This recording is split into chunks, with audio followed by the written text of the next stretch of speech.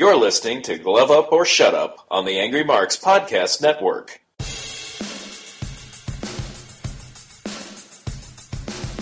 You're listening to Glove Up or Shut Up on AngryMarks.com with Peter H. and Stevie J. Find them on Twitter at HardcoreCDN and at AngryMarks. And now, for all the news, reviews, and interviews in mixed martial arts, it's time for Glove Up or Shut Up from AngryMarks.com. And welcome everybody to another episode of Glove Up or Shut Up right here on AngryMarks.com. My name is Peter H. I'm joined once again by my co-host from Omaha, Nebraska, Stevie J. 42, hot.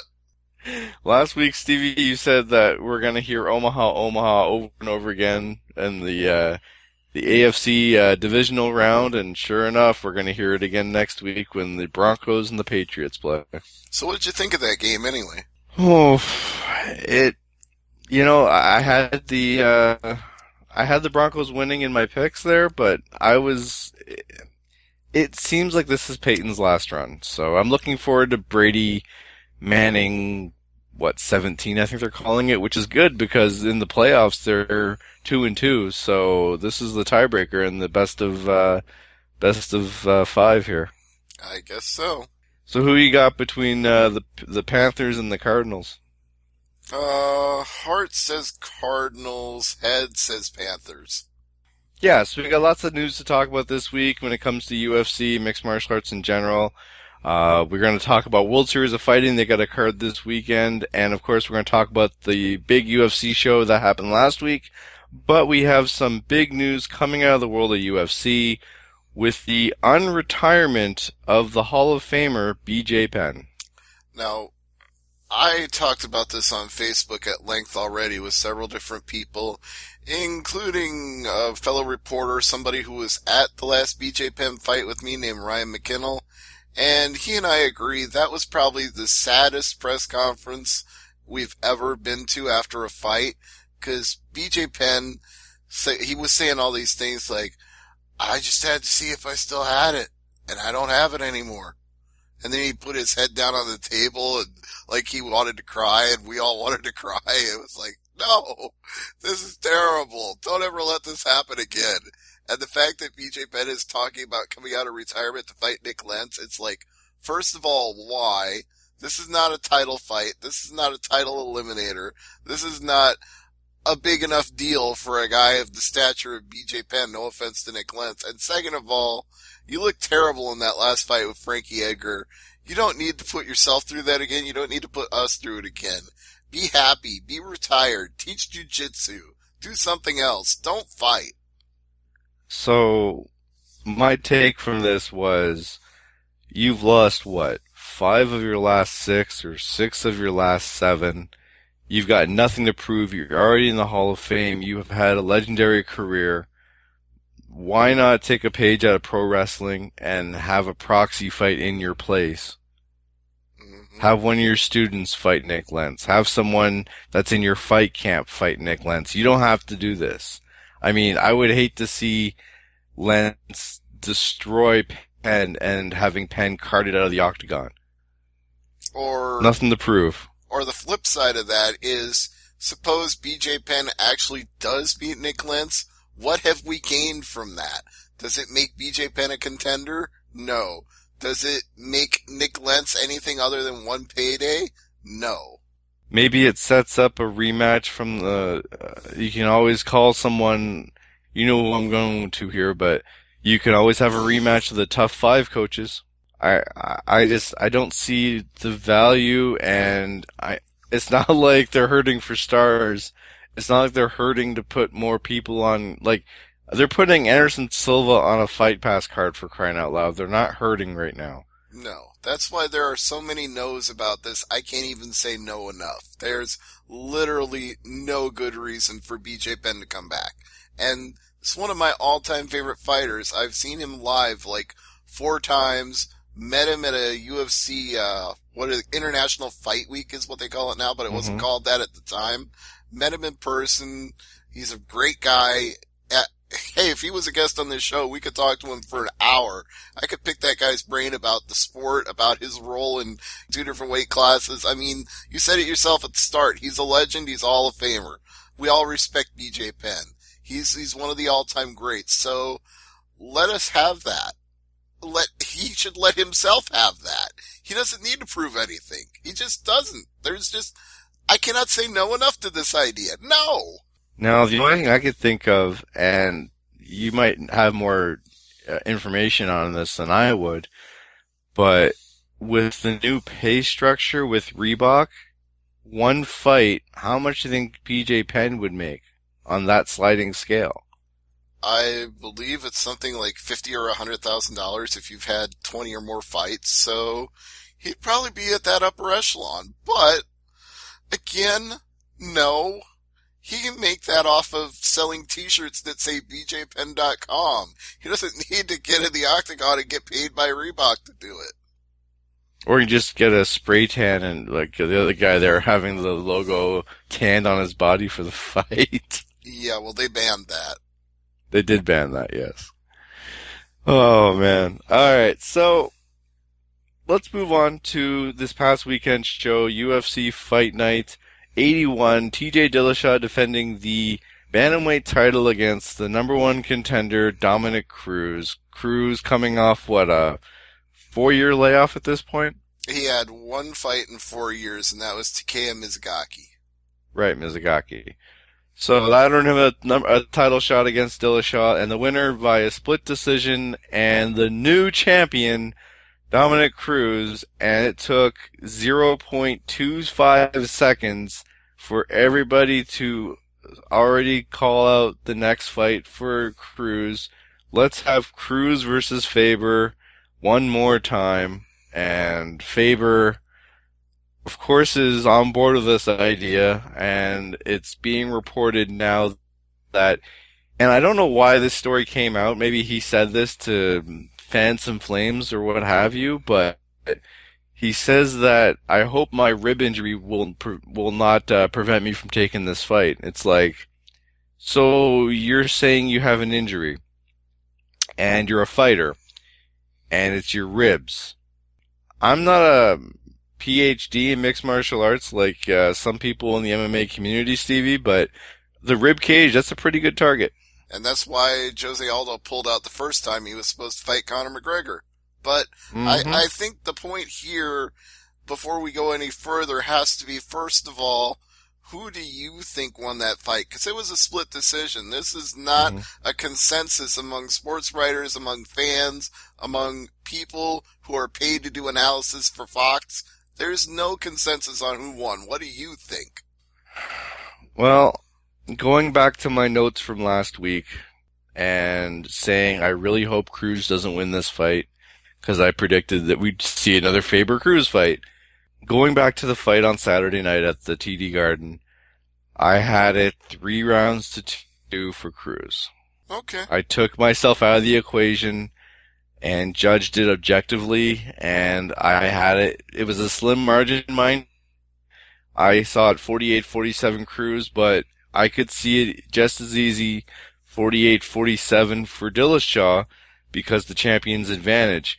One judge gave it 49-46, another judge gave it 46-49. So I don't know what the hell they were watching. Again, no but consensus. I had a 48-47, yeah. Almost no consensus. So which What rounds... about you? I'm asking you first. You're still on the hot seat right now. Which rounds did you give Cruz? Oh, man. I don't have my notepad in front of me that I used for Saturday, but I remember... Just go from memory. What rounds do you think the only won? The only thing I can remember from memory is that going into the 5th and final round, it was tied at 2. So, that I remember. So you gave the 5th round to Cruz then? Yeah. All right. I can see that. I can also see that early on in the fight, TJ Dillashaw seemed completely perplexed by the speed and the unavailability of his strikes. Like, he'd want to throw something and Cruz wouldn't be there, which is classic Dominic Cruz. That's what we saw when he was the long-reigning, undisputed bantamweight champion. But I think the longer the fight got on, the more he was able to catch up to Cruz and engage him. I thought Dillashaw did better later in the fight than he did earlier. He looked tentative to start that fight. Yeah, exactly. And it was like he didn't know what kind of animal he was in the cage with. And I'm not making some sort of animalistic reference. I'm just saying metaphorically, he had no idea what he was in for. Because nobody's seen Cruz fight more than once in 5 years, so he had no idea what he was facing. If only he knew somebody that has been in the Yeah, right. I know, Faber, yes. I know what you're saying. So, this is the other thing, and I'm still putting you on the hot seat here. You're not off it yet. This continues. I want to know why we have to do Faber and Cruz again when we don't. Let me finish, because there's no consensus on who won that fight from the judges, from the analysts, from this radio show we're doing right now. Why not do a rematch and settle the debate once and for all? Who really wins between Dillashaw and Cruz? Because right now, nobody agrees on who won that fight. So you might as well just do that fight again. At the end of the day, the champion has some say in who he fights. Not saying, it's guaranteed that if fighter A wants to fight fighter B, it's going to happen. But the champ has some input. If he goes to Dana White and tells him, yeah, let's rematch Dillashaw, let's do that, let's do it at UFC 200 or 198 or whatever it is. Or if he goes, you know what, I hate saying this because I hate the term, but it's best for business if we have Faber and Cruz one more time. There is some merit to letting the champion call his shots, but we've also seen Dana White completely ignore what the champion wants, what the fans want, and book what he thinks is best for business. Basically, Dana White, all he has to say is, I'll take it under consideration. Right. That's all he has to say. But Dillashaw losing the title fight, if Cruz Faber happens as the next fight, what do you do with Dillashaw? Oh, man. I suppose you could put him in a title eliminator fight to try to earn his way back to getting a shot at either Cruz or Faber, whoever wins out of that fight.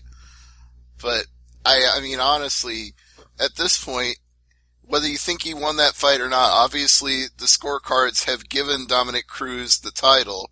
So just right now, looking at the bantamweight rankings, he's number one because he was the champion and he just lost to the former champion. So he's still, at least if you go by the rankings and people debate whether or not we should all the time, he's the number one contender at this moment, according to the rankings. So, yeah, but being the number one contender doesn't exactly guarantee you the title shot. I know that. That's why I'm saying in theory. But yeah, in theory. But if you're saying they're going to do Faber Cruz, which I'm not entirely in favor of, then you might as well do something like TJ Dillashaw and Aljamain Sterling. Just something fans could sink their teeth into where either one of those guys wins, you'd want to see him fight for the title. I don't want to see Dillashaw fight Barao again. No, that's why I didn't say Barao, and I don't want to see Dillashaw fight Faber unless one of the two of them is the champion. Then it would actually be more fun. Actually, that wouldn't be too bad. I don't care if or it's you could have Sterling give the title shot to Sterling and have Faber fight Dillashaw for the number one contendership. Yeah, I guess I wouldn't be opposed to that either. I don't know if that's the way Dana White and Joe Silva are leaning right now, but I could deal with that. Hey, we're spending too much time on this one fight alone. We got a whole card to talk about. All right, Eddie Alvarez against Anthony Pettis, and split decision winner for the former Bellator champ, Eddie Alvarez. And he got booed out of the building in Boston. Yes, he did. So, do you agree with this one? What are your thoughts on this fight? Do you think the right man got the decision here? Yeah, I do, actually. Yeah, I agree with you. I think Eddie Alvarez was the better man on this night, and I don't care what the crowd in Boston thinks. No offense to them. There's an old hockey expression, and every hockey game I watch, they always say this, in football too, actually. It's like 17,000 referees in the stands. None of their opinion counts right now as there's no penalty on the call. Yes, indeed. So, too bad for them that they aren't in there scoring at the judges' table. 17,000 judges in Boston. Yeah. Well, it's like, on Cecil Peoples Day, 17, no. Not going there. Boy, oh boy. I really don't know how to explain this next fight, but let's go through it. Travis Brown beating Matt Mitrione, third round, 4 minutes, 9 seconds via TKO, and if you haven't seen the eye pokes of doom yet, well, you just said you Mitrione's... don't know. You just said you don't know how to explain it, but you said eye poke of doom. That pretty much explains it, because not only did it happen once, it happened twice. Well, what I was going to get to was, the part I'm having trouble explaining is the post-fight damage. Mitrione's eye, it looked like one of his eyes was replaced by that big lump of purple Play-Doh. Yeah, it was swollen, it was red, it was bloodshot, it was gorged, it was nasty.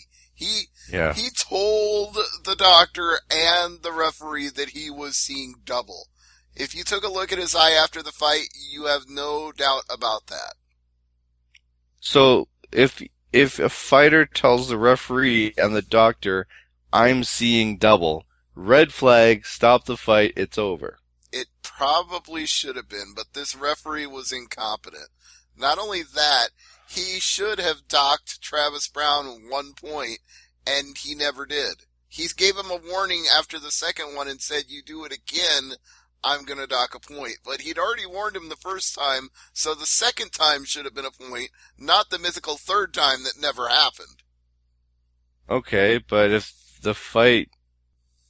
I'm not saying it would have changed the outcome. And this is the thing that people are debating about. Travis Brown did something he shouldn't have. Yes, he did it twice. Do I think that Matt Mitrione would have beat him 8 times out of 10? No. I think Brown beats Mitrione 8 times out of 10. Mm-hmm. What I'm thinking is, what if at the end of the second round, Mitrione says, I can't see, or I'm seeing double, they stop the fight, and because the fight went 2 rounds... Then you'd go to the scorecards, in which case it probably would have been a draw. Oh, yeah. There's a lot of bad outcomes that came out of this fight, not the least of which is endless jokes about Travis Brown poking more than Ronda Rousey. Oh, hey now. But... Well, she was at the press conference, so... Yes, indeed. And it is what it is at this point. We can't change the outcome, but we do know that the next time that Travis Brown is fighting, John Jones will have wisecracks on Twitter. Well, I mean, the only joke I heard about this fight was apparently Travis Brown added Matt Mitrione on Facebook and continues to poke him to this day. Oh, that's a good one too. But that's what I mean is we're never going to live this down now because everything that comes up with Travis Brown's name is going to be some sort of joke on a poke. Joke on a poke. Oh, joke on a poke on a soap on a rope. Oh, this is not going to end well. All right, let's move on. Francisco Trinaldo beating Ross Pearson via unanimous decision. It was a fight. I'm honestly surprised that Ross didn't show that much in this fight. I expected more out of him. He just let Trinaldo batter him for most of this fight, and he never seemed to have a good comeback for it. Yeah. He's one of those UK fighters they keep on the roster for the UK shows. He does have a lot of experience, but at this point, gatekeeper at best. That's saying something, because he's very talented.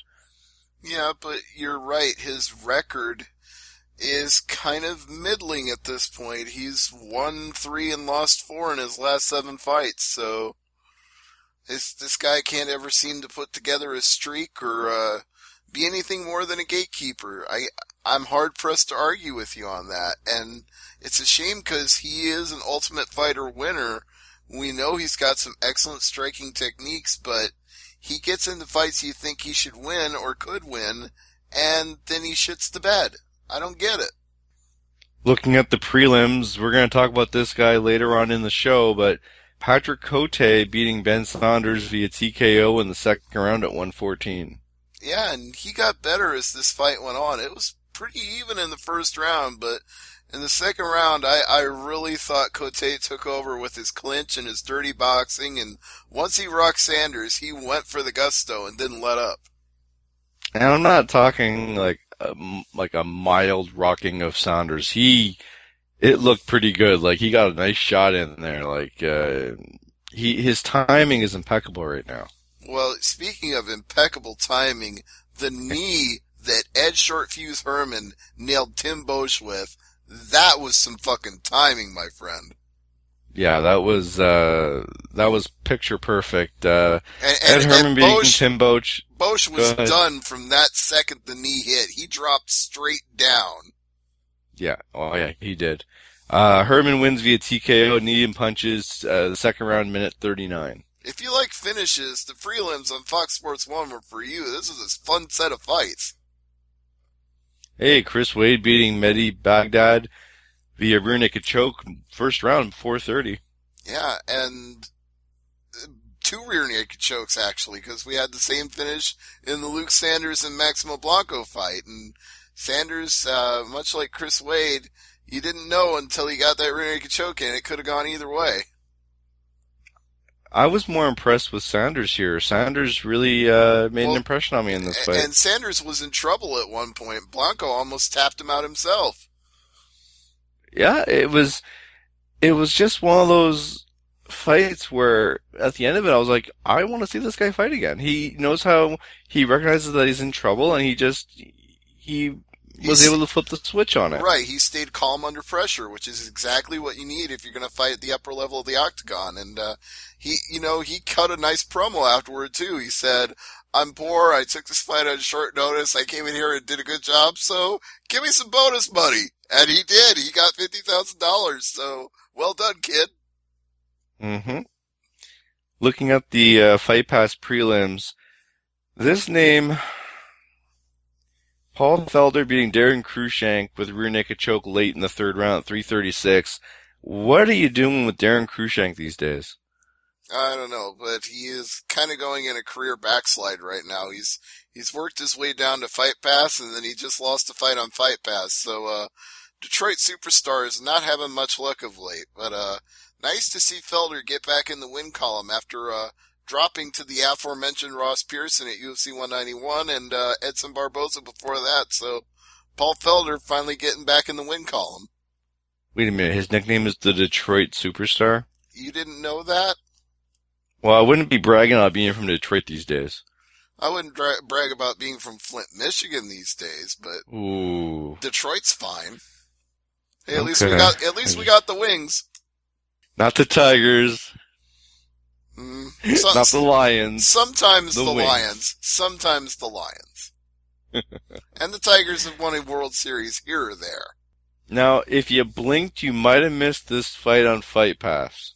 Iri Latifi beating Sean O'Connell in 30 seconds. Proving what I said before, that Sean O'Connell has a problem being in the UFC because he's very entertaining at the weigh-ins, and then in his fights, he kind of shits the bed. If all he had to do was show up for the weigh-ins, this guy would be the best fighter ever. Did you see the video on my Facebook? Someone posted with the most entertaining man at the weigh-ins, and it was like 3 or 4 clips of him doing like just hilarious stuff with his opponent at the weigh-ins. Exactly. That's what I'm talking about. It's like, he's a great entertainer, he's got a great nickname, and when it comes to his fights, he's not beating the cream of the crop. He's beating Matt Van Buren and Anthony Perosh. Again, no offense to Perosh, but I'm just saying, he's not going to stick in UFC with that record. No. O'Connell, and I love using wrestling references because of our past history with AMP, but Sean O'Connell, welcome to the job squad. Yeah, pretty much. Charles Rosa and Kyle Bonch, I mean, I was gonna skip that, ahead. but go ahead. He needs to step up. I wasn't impressed. No, that's I mean, you're on the Fight Pass. No, my point is, if you're on the Fight Pass, impress me. Right. That's why I was just going to skip right over it and go to Rob Font and Joey Gomez, because those two for 9 minutes and 13 seconds, they were both out there trying to impress. They were going for broke. Yeah, Rob Font wins TKO 413 second round. And the last fight was Barroso and Matapik, with Barroso winning unanimous decision. That's your card from TD Garden on Fox Sports 1 and Fight Pass. Overall, a good main event. The first title fight on Fox Sports 1, and won't be the last, but boy, it at the end of this night, you had more questions than answers.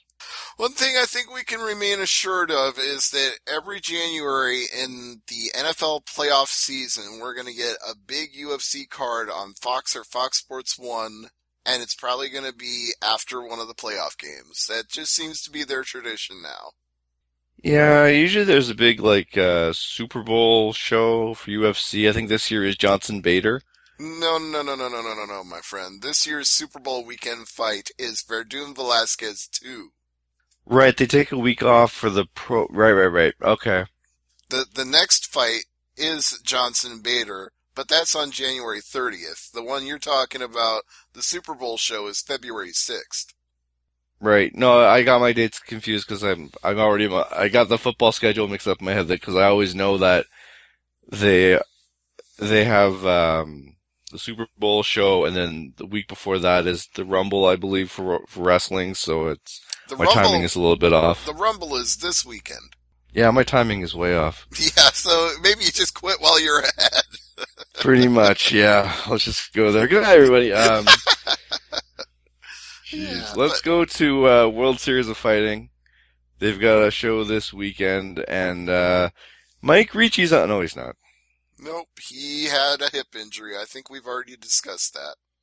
No update on his situation? Nope, no timetable on how bad it is or when he'll return. I have heard nothing.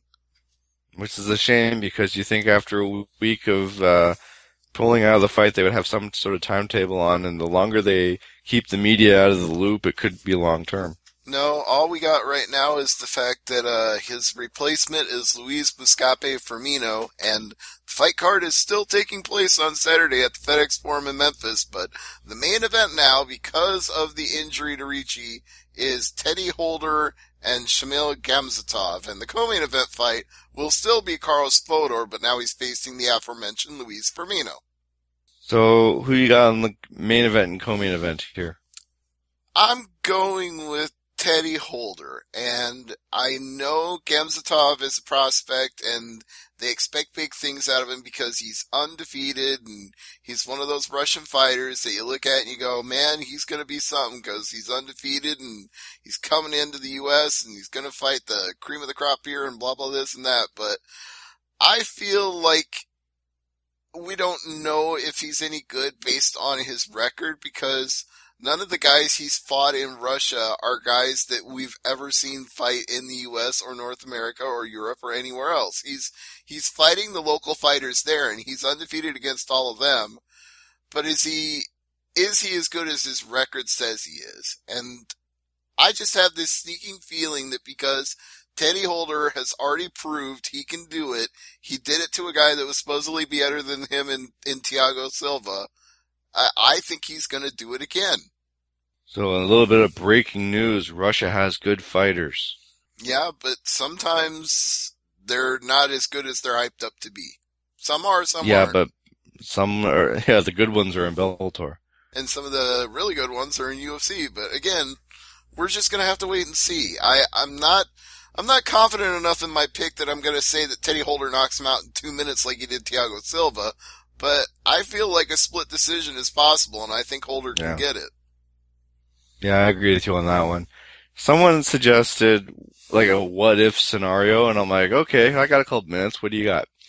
What if they did like an international competition, not an Olympics per se, but what if they did like Russia versus USA or Canada versus the UK? You know what I mean? Have like a Four Nations Cup, so to speak. Can you imagine some of the super fights? I know World Series was... Didn't we already do that on Ultimate Fighter with Canada and Australia? We did with that, yeah. But I'm saying, can you imagine some of the super fights? I mean, the whole what-if scenario is a Dream Booker fantasy, but there are some good fighters in each one, and sometimes you'll never get to see the best Russian fighter against the best American fighter. You know what I mean? Like, there are some really good fighters out of Russia, and man, you're right. Most of the good ones are in Bellator and the UFC, but who's the Russian heavyweight who's fighting on the Fight Pass show because he won't fight in Bellator right now? Vitaly Minikov. Oh, man, if he ever makes the jump to UFC. Well, maybe that's why Bellator can't get him to come back, is maybe he's trying to get into UFC. I don't know. Can you imagine if they do a Fight Pass show in Russia, first show in Russia, and have him on the main event? Anything's possible at this point, but I'm not entirely comfortable speculating on whether or not Gamzatov is as good as his record says, because again, we've seen it before with Brazilian guys. It's not like there aren't really good fighters in Brazil too, but you never know. Once they come to North America, it can be a whole different story. All right, what about Fodor and Firmino? Well, I would say that Fodor has some momentum on his side here, given that he won 3 out of 4 in ONE FC. They're both submission artists, though. Fodor wins 50% of the time by submission, and his opponent, more of a grinder. 10 out of 18 wins go to a decision, but when he does win, it's not by knockout, it's by submission. So you would expect this would be a chess match of a fight, and in that kind of situation, I'm going to favor Fodor because he's had a year off to reset, to get his head right, and he's happy about fighting in the U.S. again and not having to travel all the way overseas. Not that he didn't enjoy it. He said that he's very grateful to ONE FC for the experience, and he would do it again. The door's wide open. He would never say no to them. But he also told me he's very happy that he gets to fight in a time zone where his family can see him, his fans can come to be there, and I think he's going to be motivated, and I think it's going to be a close fight, but I'm going to give him the decision in this one.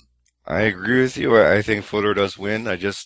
When fighters have a year off to reset their batteries, you know that they're getting their diet down pretty much good to go for their first fight back. So I have no qualms with fighters coming back after like a 6-month, 8-month layoff or a year layoff.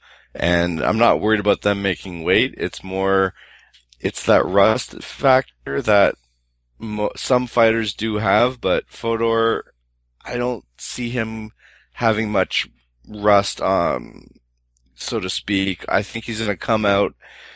I could see your point about seeing a decision victory here, but I would love to see this fight end like in the late round. You know what I mean? Like the final round, 1 or 2 minutes left, he tries something, and it really surprises Firmino, and Fodor gets a late stoppage.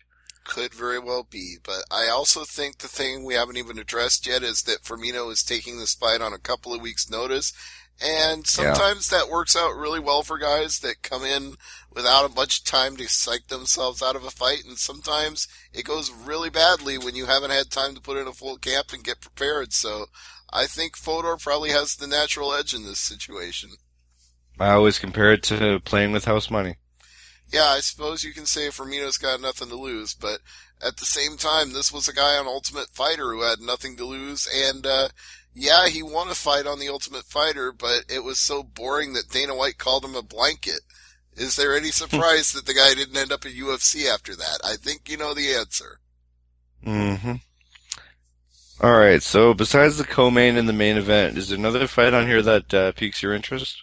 Yeah, I would say Jaleel Willis and Chauncey Foxworth should be an interesting welterweight fight because both guys are undefeated, although Willis has the more impressive record of the two of them because he's 5-0, whereas Foxworth is only 1-0. And the reason I like Willis is because he's a finisher 80% of the time. 4 out of 5 fights he's gotten a TKO, and do yourself a favor if you don't know who he is and look up his fights on YouTube and watch what he does to his opponents when he gets top mount and goes for ground and pound. If he can do that to Chauncey Foxworth, he's going to have a quick night of it. Absolutely. I like, where was it here? Zach Underwood and Jason Williams. Yeah, Zach Underwood is... That one could be a surprising fight. Alright, well, let's move on to the news, and we've got a lot to get to. Let's talk about Patrick Cote. He is calling out Nick Diaz, and a lot of people are scoffing at it, saying it's an ambitious target, but it probably won't happen. Your thoughts? I don't have a problem with him doing it because he's got some momentum on his side. Cote's put together a bunch of wins. He's 35 and he's not getting any younger, and if he wants to make one last run at a title shot, he needs to go through guys that have big names, and Nick Diaz is one of those guys, so I applaud him for calling him out. Now, there's been a fight added to the UFC Fight Night 84 card. It's Neil Magny against Hector Lombard. Neil Magny seems to take a fight every couple of months, so why are we even shocked by this? The guy is like the robot of fighting right now. He's trying to have more fights in 1 year than Josh Koscheck used to back in the day. Well, Hector Lombard, boy, what would you say about him? You want to say he's got certain issues with passing tests. That's what you want to say. Mm-hmm. Let's just say I hope he doesn't flunk and go to detention this time. Well, if he flunks again, maybe he'll end up back in Bellator. Huh. Alright, so I'm going to give you the floor for this next topic because I really am curious about your opinion on this story. Kenny Florian's suspension. Well, he made a mistake, and it's not one that anybody should make in his position because he's highly visible and anything he says is going to be under a microscope. So he really should have known better, but my understanding is he was trying to do some prep to talk about the Dillashaw Cruz fight, and he watched some video of a boxer who had a similar style and a similar amount of fights over a certain time span as Dominic Cruz. And because he watched that video and was taking some notes on things from the video, he ended up using things that were in that video in his own article for Fox Sports. And the person who produced the video noticed this and contacted Fox Sports, and they were like, whoops! I guess Kenny Florian, quote unquote, forgot to credit his sources, unquote. So they didn't quite throw him under the bus, but they did revise the article to note the reference, and then they suspended him. So can you really say that he was plagiarizing? That's the implication.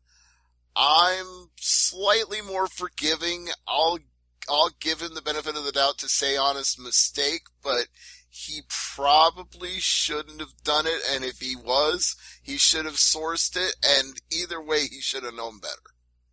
If it was verbatim, then there's a big problem. I haven't seen the video, I haven't compared it, so I don't know if it's verbatim. I do know that he sourced the video and must have used enough of what was in the video for it to draw a red flag. Yeah. Alright, well,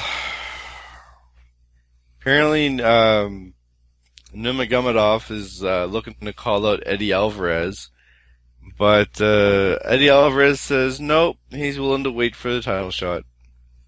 Well, he just beat the former champion, so if I'm Eddie Alvarez, I'm in the catbird seat right now. What did you say earlier, Peter? Sometimes you get to call your shot? I think Eddie Absolutely. probably gets to call his shot here. If he wants to wait, he can wait. Mm-hmm.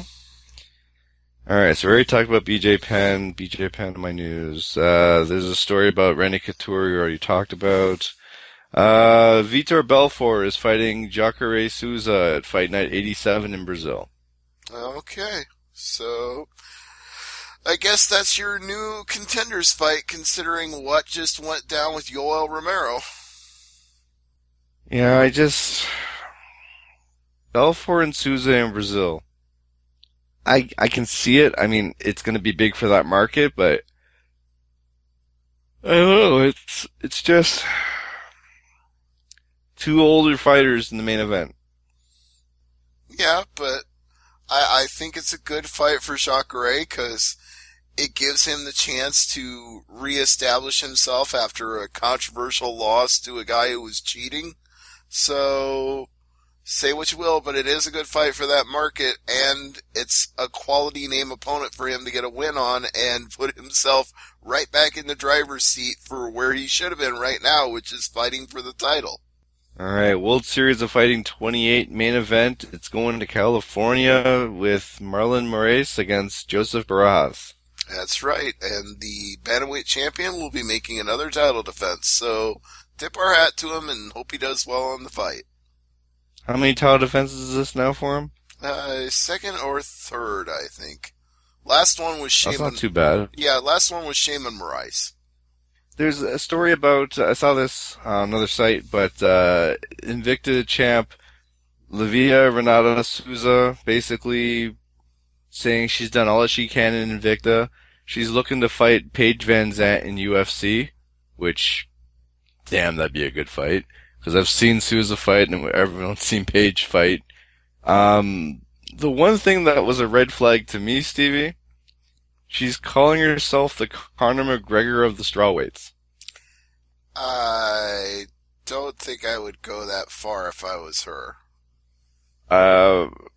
I know Conor's the big ticket right now, but are you already using Conor McGregor as a verb?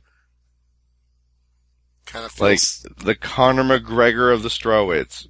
He's still, that's a pretty bold statement. But I mean, when someone says, like, a champion, your promotion says, you know what, I'm your champion, but I've done everything I can here. It's time for me to move on. She's already calling her first shot in UFC. Now, I know Invicta and UFC have a relationship, but if you're the matchmaker for UFC for that division, do you make that fight right away? I would make her prove herself first. I mean, Paige Van Zant's coming off her first loss, so you don't want to give her a really tough opponent in the next fight up, and if you make this fight, you're giving her the current Invicta champ. Doesn't make sense to me. No. I mean, from the chance perspective, yeah, if you're Souza, yeah, I want to go in, I want to fight Paige Van Zant. She's coming off a loss, it'd be a great opportunity for me to show what I can do. It would really hurt Paige Van Zant, and they're really trying to build Paige Van Zant up in UFC. So, from Van Zant's camp perspective, it's not a good fight for her either. No, and I guess I focused more on the whole calling herself the Conor McGregor of the strawweights. I mean, everybody wants to say that, like you said earlier, it's the new thing to say. I mean, Mike Bronzoulis, when I interviewed him before his fight with Josh Thompson, said he would be the Greek Conor McGregor. It's like, okay, everybody wants to be the something Conor McGregor now, but there can only be one Conor McGregor, and that's Conor McGregor, so stop it. The first time I heard this comparison, and you're going to laugh at this one, it was, someone was talking about this brand of whiskey, and it's the Conor McGregor of whiskeys. And I looked at the person, I was like, what does that mean? Yeah, I don't know. It's kind of a bizarre thing to say. Like, okay, what if you put on a nice suit? Is it going to be the Conor McGregor of Joseph A. Bank? I mean, what? You're going to just get silly with this shit at some point. Put on a pair of alligator shoes. They're the Conor McGregor of shoes. Okay, what the fuck ever. I can't. Yeah, you know what I mean? I can't. It's gonna cause a backlash at some point if people keep this up. Everybody likes Conor McGregor right now, but if everything becomes the Conor McGregor of everything, then it's gonna be like John Cena. People are gonna hate the fucking guy. Yeah. Alright, I got one more news item here, and that's former Bellator champ, another Russian, Alexander Shlemenko. He's fighting Vyacheslav Vasilevsky for M1 on February 19th in Moscow. Vasilevsky has held both the middleweight and light heavyweight titles. So it's a pretty big step up in competition for him. I have a problem with this, though. Why? Shlemenko is still under suspension in North America, according to the ban handed down by the California State Athletic Commission. when does the ban end? Like, if he takes a fight in Russia. I believe it was for 3 years, and he got suspended after his title fight last year, so he should... I mean, obviously in Russia he can do whatever the fuck he wants, because he's Russian and he's in Russia, and M1 ain't gonna play by North American rules, but... That's a good one. But it's still problematic to me that this guy can just flout the fact that he failed for a 50-to-1 testosterone to epitestosterone ratio and just go fight in Russia like it doesn't even matter. Like, if that's his attitude about it, then let's not see him get booked in the U.S. ever again, because clearly he doesn't care. So nobody should use him. That should be it. Yeah, it says March 17, 2015, he was popped for a post-fight drug test. His fight versus Melvin Manhoef was changed to no contest, so... I mean, we're talking about an unreasonable level. This is not even like legally allowed 4-to-1 or normal human 1-to-1. Maybe if you had a really vigorous workout, maybe you could get up to a 2-to-1. Competition, they allow like a 4-to-1. This is 50-to-1! It's not a human level. That's like cyborg levels. Yeah, it was suspension for 3 years and fine $10,000. Yeah, and if that's all the more seriously he's going to take it and M1 is going to take it, then fine. He can fight in Russia for the rest of his career. So long, goodbye, enjoy the borscht. Last I heard about Shlemenko, enjoy the borscht, really? Well, that's where he's fighting now, so might as well live with it. He's gonna have borscht and vodka for the rest of his career. He did file a lawsuit against the California State Athletic Commission back in September for the punishment. You know, it's... Yeah, he said he had to restore his integrity and his manhood because he didn't fail the test and they were liars and all the other things that people say when they sue athletic commissions. Yeah, it's basically the suit was filed in August, and you know how the commission goes with lawsuits. It'll take 8 years. I mean, look how long it took the Diaz thing, so... Yes, I'm being sarcastic with that, but still, it's going to take a while if this gets settled in the court, so why not have him fight in Russia? I just feel like he's flouting the suspension, and I have the same problem with that I have with Nick Diaz, and I know I'm in the minority on this one. This is the reason it upsets me. You just got me going again. It's not even that I don't like Nick Diaz. I like him as a fighter. He is a great fighter. He has a great style. He has great fights. He's very entertaining in building up to fights because he does all these weird things and says all these crazy things, and people get interested in him fighting. He is a great personality. This is why I have a problem with him, because the one thing that he needs to do is stop smoking weed for 3 weeks before a fight, and he can't do that. He's such a great fighter. He's such a great personality. And there's one rule that he has to follow. One and only one rule, and he can't fucking do it. And show up to fight and not get involved in any bullshit. Is that too much to ask? Is that too much to ask from a fighter? Why at least they're not on CBS anymore. Why do people think Nick Diaz is entitled to be a fighter? You have to get licensed. You have to be checked over by a doctor. You have to follow the rules of the athletic commission that you're assigned to. You cannot just go out there and have a fight. That's called backyard fighting. That's called street brawling. That's called unsanctioned cage fights. That's not what we're in this for. It's mixed martial arts with rules and regulations. All right. Well, for Stevie J, I'm Peter H., the Hardcore Canadian. Thanks for listening. And as I always say, never leave it to the judges. Good night, everybody.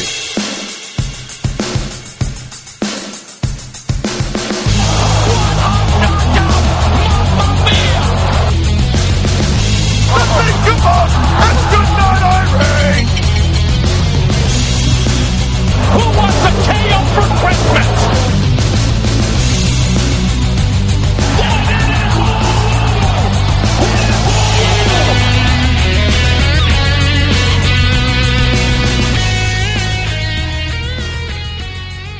Like what you heard on Glove Up or Shut Up, there are a few ways you can support the show. Follow us on Twitter at HardcoreCDN for Peter H, at AngryMarks for Stevie J, and like us on Facebook, tinyurl.com/GloveUp. Subscribe on iTunes, keyword Angry Marks, and leave positive feedback. We'll bring you more shows each and every Wednesday. Thanks for checking out Glove Up or Shut Up from AngryMarks.com.